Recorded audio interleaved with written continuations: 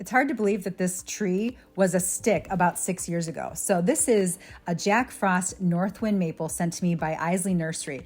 I think I got it about 6 years ago, and it was just a 18-inch long stick was all it was. And so now I'm at about maybe 12 feet tall. Jack Frost Northwind maple. It's a cross between Japanese maple, so Acer palmatum, and a Korean maple, so Acer pseudo-ceboldianum, something like that.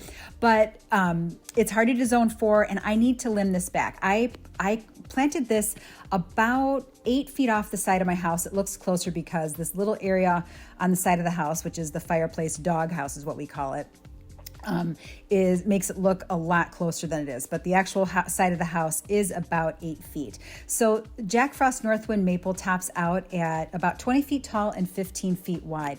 So I've had to do this with a lot of my trees. I've had to limb them up. So I'm just raising the skirt a little bit, and you can find other videos, and I will tag that up above so you can go to those videos to see how to limb up trees properly, how to cut them, how to remove limbs.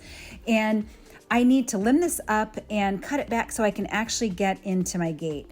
But I want to make sure that, and you'll see me in this video stepping back frequently, I really am slow and methodical about where I make my cuts and how I do it, because you can always cut away, but you can't put back. So you want to take your time with this, and you want to also make sure that you're using very clean pruners and loppers. So to do that, you can use bleach wipes. The best thing to use is an isopropyl 70% rubbing alcohol is the most effective for removing all bacteria so that you're not transmitting issues to whatever it is that you're cutting.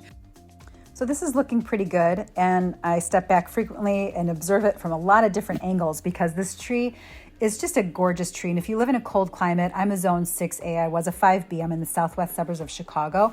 If you're in a cold climate and you want the look of a Japanese maple, but you want to make sure that it's got some cold hardiness to it, this is definitely one to consider. The spring color, when those leaves emerge, they've got that flat palmate leaf like you would find on a Japanese maple. And the leaves have a pinkish coloring to them. They green up for the summer, and then in the fall, the vibrance of it, it's this ruby, orangey, it's just absolutely stunning. So the fall color is beautiful too. It's just an all-around lovely tree, and I'm really happy to have it in my garden, and I'm happy with how fast it's grown. I wasn't expecting it to be as quick as it has been. All right, one last look. Things are looking pretty good. So I'm going to do a quick cleanup here, but it's important to remember that before you make any cuts on any tree, first know what your goal is. What do you want to accomplish with this? And my goal was to be able to make my gate passable, and I want to let the branches form a nice arch. And look, it's nice and clear, and I can move through it without getting slapped in the face with branches. Thanks for watching.